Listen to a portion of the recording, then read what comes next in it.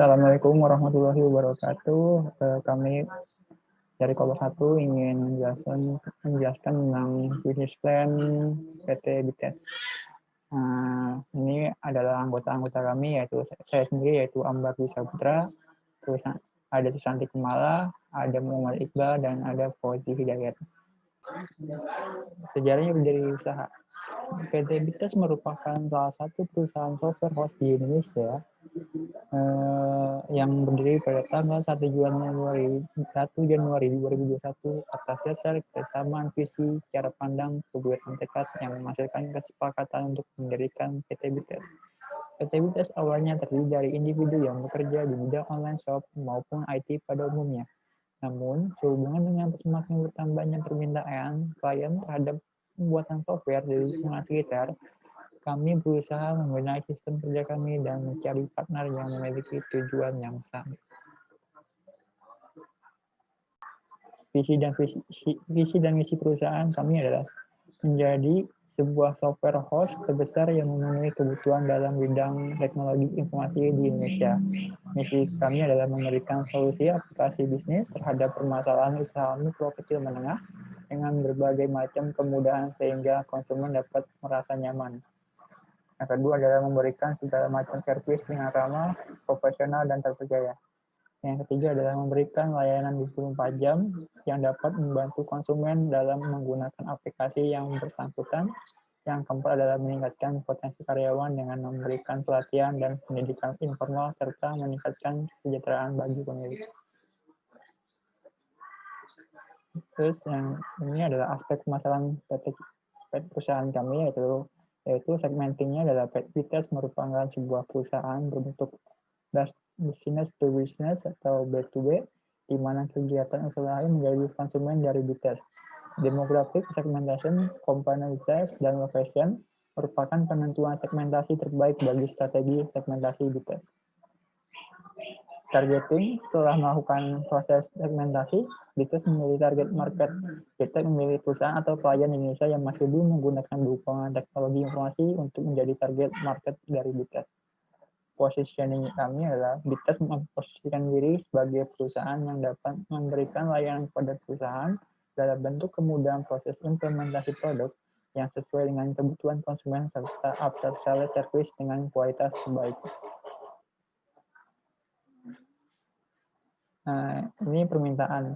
Pada tahun 2021 kami memperkirakan kami dapat memproduksi 30 proyek mungkin, terus yang 2022 itu 50 dan 2023 150. Kenaikan yang selalu tiap tahun yaitu menandakan bahwa PT kami dapat dipercaya seiring berjalannya waktu dan semakin banyaknya karyawan yang kami miliki. Jadi kami dapat menghandle lebih banyak proyek. Dalam pemasaran perusahaan kami memiliki strategi yang dibutuhkan dalam menggapai konsumen, yaitu adalah produk, price, promotion, place, physical evidence, people, dan proses.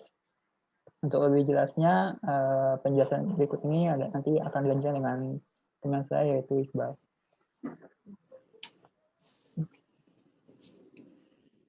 Oke, di sini saya akan melanjutkan presentasinya. Yang pertama adalah produk. Produk BITES dibuat secara custom sesuai dengan kebutuhan dan permintaan konsumen dengan sistem made by order yang merupakan bundling berupa produk aplikasi yang berupa aplikasi website dan aplikasi desktop. Yang kedua adalah price. BITES menggunakan metode cost plus pricing di mana penilaian harga produk disesuaikan dengan biaya-biaya yang dikeluarkan dan ditambahkan dengan markup untuk menentukan harga jual, harga yang diberikan sesuai dengan kualitas yang dihasilkan.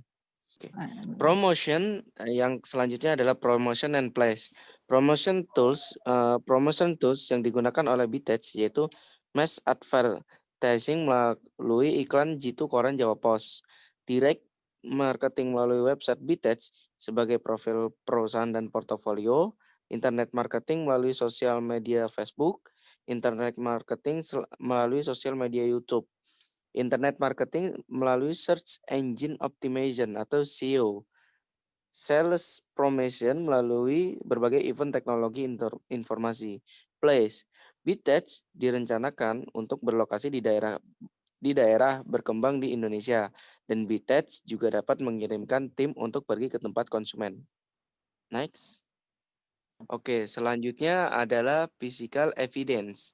Seluruh karyawan BTech yang akan menemui konsumen diharuskan untuk menggunakan seragam BTech dengan mengenakan tanda pengenal khusus dari BTech, didukung peralatan lain seperti laptop, server, printer, modem, router, AC, meja, kursi, telepon, Android phone, Android tablet, iPad, galon air, dispenser, and cash box. Ya mungkin sebagian itu ada yang di kantor ya. Oke, next. Oke. Selanjutnya people and process. People dan semua karyawan BTech memiliki standar lulusan S1 sesuai dengan bidang pekerjaan yang dipilih tentunya. Dengan IPK minimal 3,25 atau sudah memiliki pengalaman yang cukup untuk bekerja sesuai bidangnya dan dapat bekerja dengan etos kerja yang tinggi, murah senyum, ramah, mau mengerti keadaan konsumen, dapat bersikap, dan berperilaku secara profesional, serta mampu melihat kondisi dan situasi dalam hal berkomunikasi. Jadi guys, untuk bekerja di PT Bitech itu tidak selamanya IPK menentukan. Bisa juga dengan pengalaman kerja, oke? Yang selanjutnya adalah proses. Bitech memfokuskan komunikasi yang diberikan kepada konsumen karena dari komunikasi tersebut dapat dilihat seberapa besar dan luas kebutuhan seorang konsumen. Hal tersebut dimulai dari proses proposal pengerjaan proyek, pengambilan data, pengambilan feedback terhadap produk, penyerahan produk kepada konsumen, serta memberikan program pelatihan penggunaan produk kepada konsumen. Next.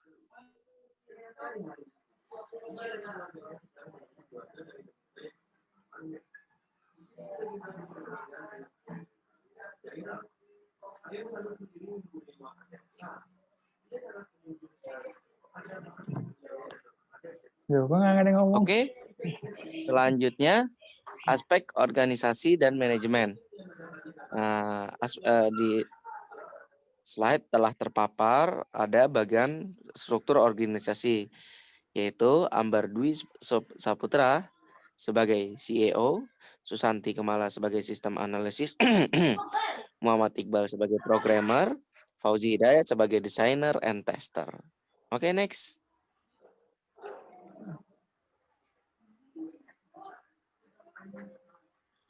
Uraian tugas-tugasnya.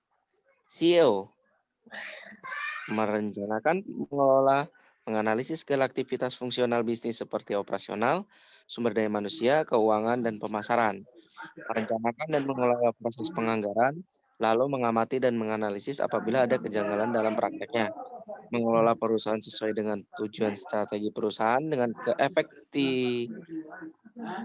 keefektifan dan membiayai biaya efisien mungkin. Merencanakan dan mengelola kinerja pada sumber daya manusia agar sumber daya manusia yang berkompeten teridentifikasi dan dapat ditempatkan pada posisi yang sesuai sehingga dapat memaksimalkan kinerja perusahaan. Merencanakan, mengelola, dan mengeksekusi perencanaan strategi bisnis atau korporat baik untuk jangka waktu menengah maupun panjang dengan mengacu pada visi dan misi perusahaan. Next. Selanjutnya sistem analis, yaitu menentukan lingkup sistem, mengumpulkan fakta, menganalisis fakta, mengkomunikasikan temuan-temuan tersebut melalui laporan analisis sistem. Programmer menentukan urutan instruksi yang akan mengotomatisasi dalam melakukan tugas tertentu atau memecahkan masalah yang diberikan. Menyusun dan menulis dokumentasi pengembangan program dan revisi berikutnya. Memasukkan komentar dalam kode instruksi sehingga orang lain dapat memahami program yang sedang dikembangkan. Melakukan percobaan menjalankan program dan aplikasi software untuk memastikan bahwa program menghasilkan informasi yang dikehendaki dan bahwa instruksi sudah benar. Melakukan revisi langsung, perbaikan atau perluasan program yang ada untuk meningkatkan efisiensi operasi atau beradaptasi dengan persyaratan baru. Next. Selanjutnya, desainer dan tester.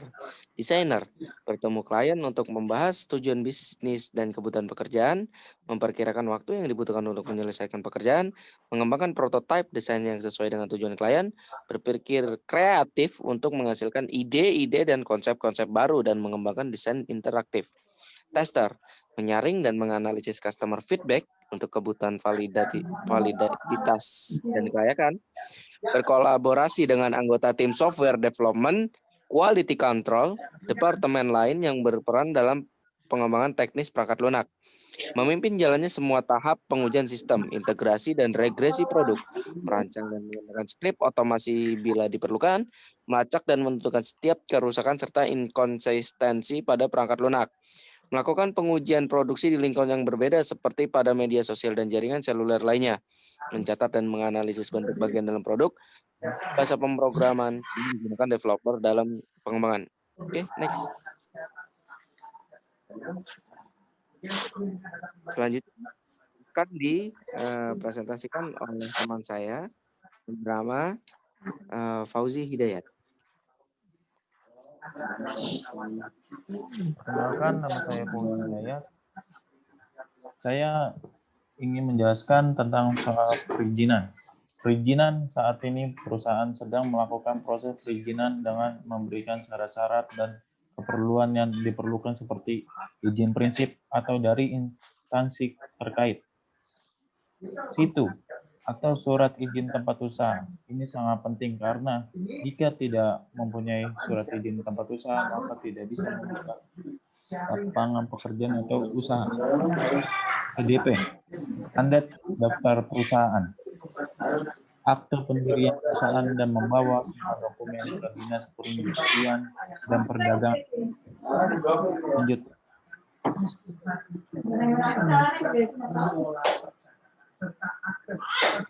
Kegiatan peroperasi dan jadwal pelaksanaan. Berikut adalah tabel dari kegiatan tersebut.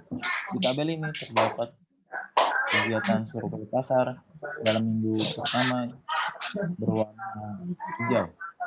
2. Kegiatan menyusun rencana usaha dalam minggu pertama ditandai warna merah. 3. Kegiatan perizinan dalam minggu pertama ditandai warna kuning. 4. Kegiatan survei tempat usaha ditandai warna biru. 5. Kegiatan survei mesin atau peralatan ditandai warna coklat.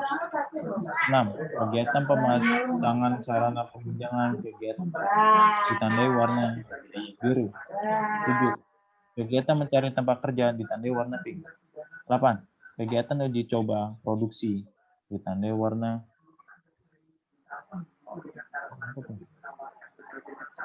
9.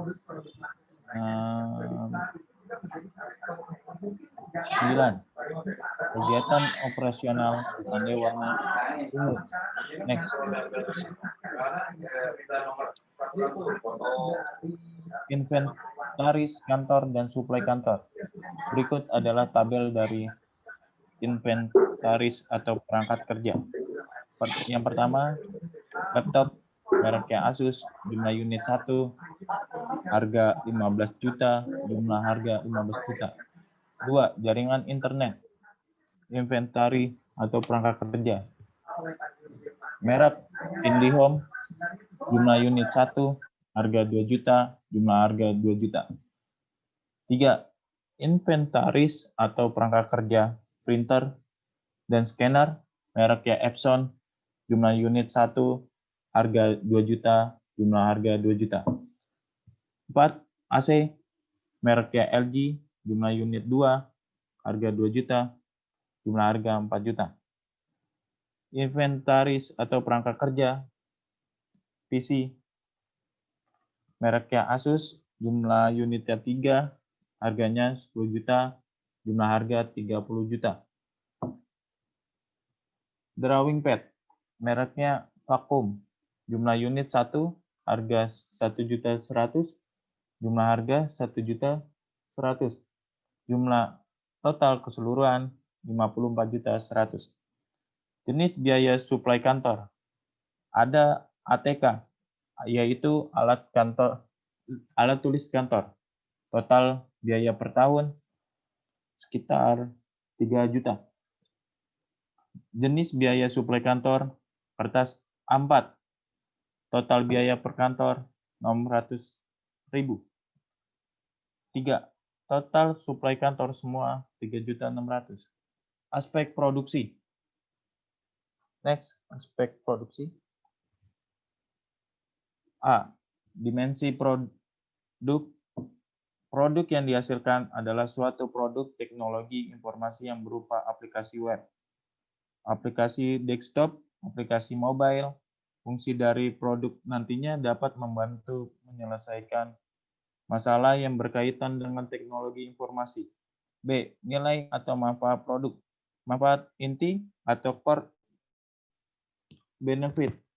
Manfaat dari produk dari yang memberikan adalah sebagai suatu solusi pemecahan masalah perusahaan atau klien dalam hal perangkat lunak. Produk yang diberikan mampu mempermudah suatu pekerjaan atau aktivitas manusia. Manfaat dasar atau basic benefit. Produk dari yang adalah sebagai suatu pembuat atau pembaruan perangkat lunak sebelumnya yang belum optimal, menjadi sebuah perangkat lunak yang bekerja secara lebih optimal sehingga efektif dan efisien. Next.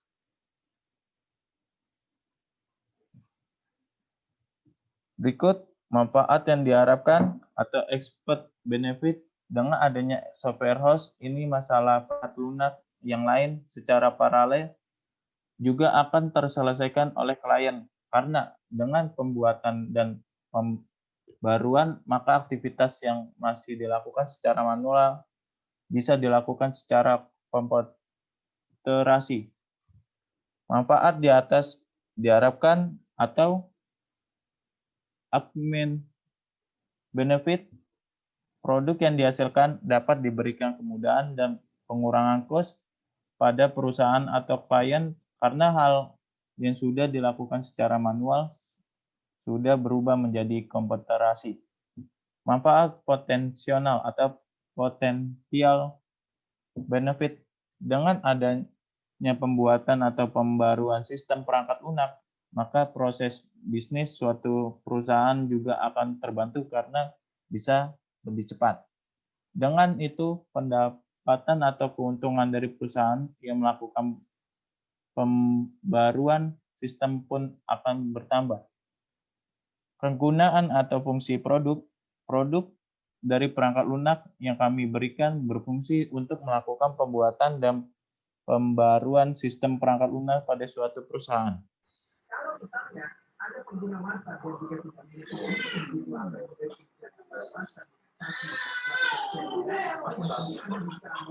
Next.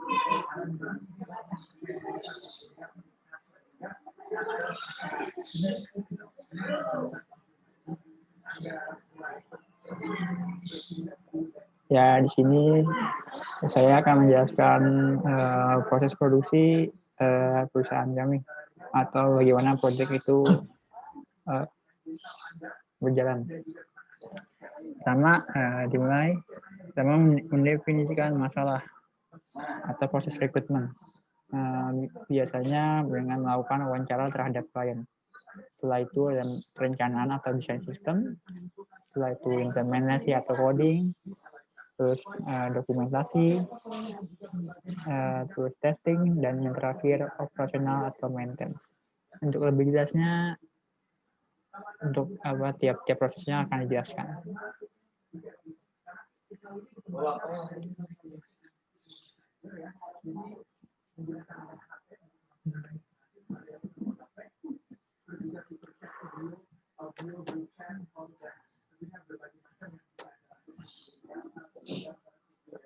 Yang pertama adalah mendefinisikan masalah atau defining the problem. Masalah atau problem di sini adalah komponen apa saja yang diperlukan agar program ini jalan, dikenal dengan masukan atau inputnya apa aja. Mendefinisikan apa yang nanti akan dilakukan oleh program dan bagaimana keluaran dari program yang diharapkan. nantinya. Pada tahap ini juga dikenal requirement analysis atau analisis kebutuhan. Yang kedua adalah perencanaan atau planning design system. Pada tahap ini adalah mendefinisikan langkah-langkah apa saja yang dilakukan oleh program dalam menyelesaikan permasalahan yang ada. Tentu dari perencanaan itu bisa berupa flowchart ataupun algoritma dari program, sehingga kita akan tahu proses apa saja yang ada dalam program tersebut. Semakin detail flowchart atau algoritma yang dibuat, semakin mudah juga pada tahap implementasi atau coding nantinya. Yang ketiga adalah implementasi coding. Pada tahap ini mencakup tahap perbaikan error dan testing, menulis program dengan terstruktur dan sesuai dengan flowchart yang telah kita buat. Yang keempat adalah proses dokumentasi. Setelah tahap coding selesai, yaitu proses dokumentasi. Tambahkan komentar-komentar pada program dan bukan program yang dibuat. Hal ini bermanfaat jika sudah membuat program yang begitu banyak dan suatu ketika nanti mungkin bertahun-tahun kemudian Anda ingin mengambil sebagian dari pada program yang lama untuk disisipkan pada program yang baru. Yang kelima adalah testing.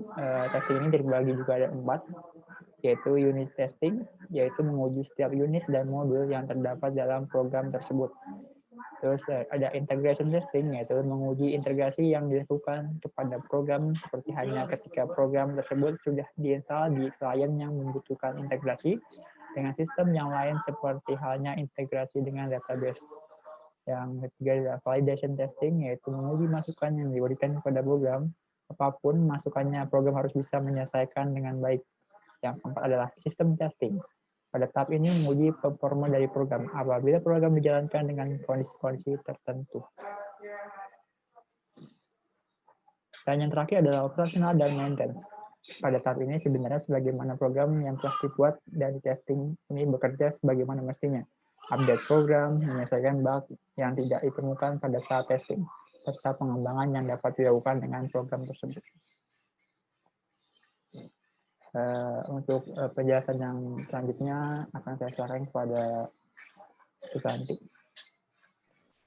Oke, di sini saya akan menjelaskan tentang kapasitas produksi. Di tahun 2021, rencana produksinya nanti 10 unit. Di tahun 2022, rencana produksinya 20 unit. Di tahun 2023, rencana produksinya itu 50 unit.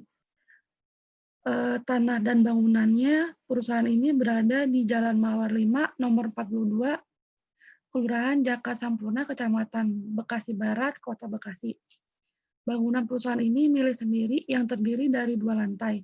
Lantai 1 berisi ruangan resepsionis, sistem analis, dan lantai 2 berisi ruangan CEO, programmer, desain tester. Next.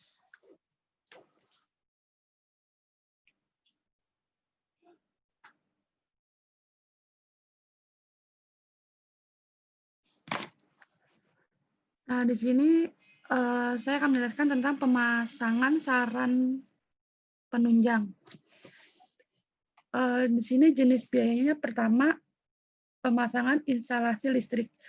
Di sini jumlah biayanya itu 1.200.000. Kedua, pemasangan instalasi air.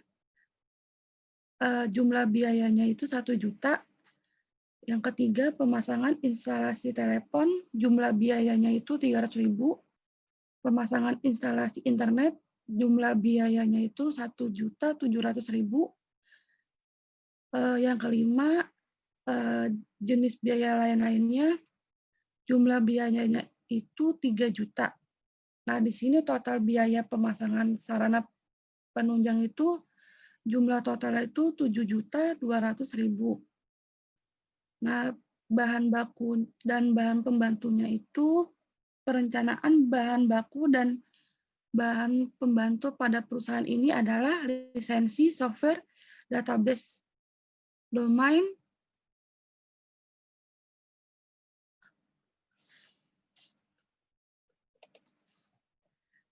layanan cloud atau penyimpanan awan.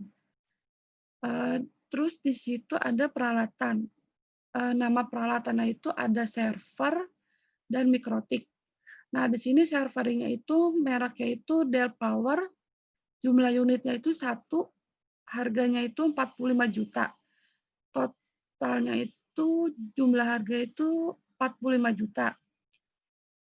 Terus Mikrotik itu mereknya Mikrotik Router, jumlah unitnya itu 1, harganya itu satuannya itu 900.000. Jumlah harganya itu 1 juta, total pembelian peralatannya itu 46 juta. Next. Nah, di sini menjelaskan tentang tenaga produksi atau sistem harian. Di sini ada 5 jenis kegiatan. Pertama, sistem analis. Di sini tarif upah per harinya itu 200.000, jumlah tenaga kerjanya itu nanti 3 orang, jumlah hari kerjanya itu per tahun 240, totalnya itu 144 juta. Yang kedua, maintenance, tarif upah per harinya itu 230.000, jumlah tenaga kerjanya itu 5 orang, jumlah hari kerja per tahunnya itu 240, totalnya itu 2.760.000. Yang ketiga, programmer, tarif atau upah per harinya itu 300.000, jumlah tenaganya itu 15, jumlah hari kerja per tahunnya itu 240. Totalnya itu 1.080.000. Yang keempat, desainer, tarif atau upah per harinya itu 250, jumlah tenaga kerjanya itu 5 orang, jumlah hari kerja per tahunnya itu 240. Totalnya itu 300 juta. Yang kelima, tester, tarif atau upah per harinya itu 200.000, jumlah tenaga kerjanya itu 5, jumlah hari kerja per tahunnya itu 240, totalnya itu 240 juta. Jadi total upah tenaga produksi itu sistem hariannya itu 4.604. Terus biaya umum usahanya itu ada 3. Pertama, pemeliharaan peralatan. Jumlah biaya per tahunnya itu 5 juta. Kedua, rekening listrik, air, telepon. Jumlahnya itu 30 juta per tahun. Yang ketiga, pemeliharaan ruangan. Jumlah biaya per tahunnya itu 10 juta. Jadi total biaya umum usaha per tahunnya itu totalnya 45 juta.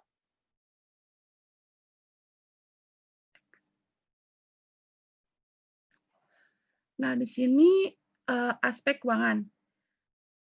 Strategi sumber pendanaan usaha. Nah, salah satu sumber pendanaan usaha perusahaan ini berasal dari lembaga intermediasi yang mempunyai fungsi menghimpun dana dari masyarakat dan menyalurkan kembali ke masyarakat dalam bentuk kredit dan atau bentuk-bentuk lainnya. Proyeksi keuangannya itu di sini diuraikan ada 2. Pertama, modal sendiri. Presentasinya itu yang A 45%, yang B 30%. Di sini dijumlah jadi 45% ditambah 30%, hasilnya itu 75%.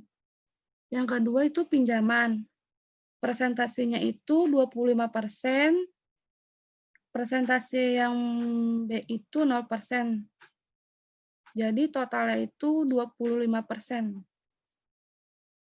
Nah, di sini jumlah presentasinya yang A itu di totalnya itu 70%, presentasi jumlahnya itu yang B 30%, terus yang total dari modal sendiri dan pinjaman itu 75% ditambah 25%, hasilnya 100%.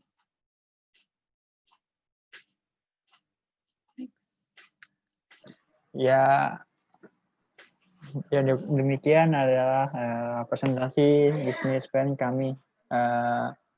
Kurang lebihnya mohon maaf. Wassalamualaikum warahmatullahi wabarakatuh. Waalaikumsalam warahmatullahi wabarakatuh.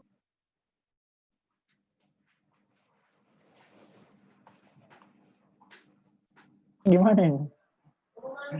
Record. The end. Bukan. Oh, ini stop recording.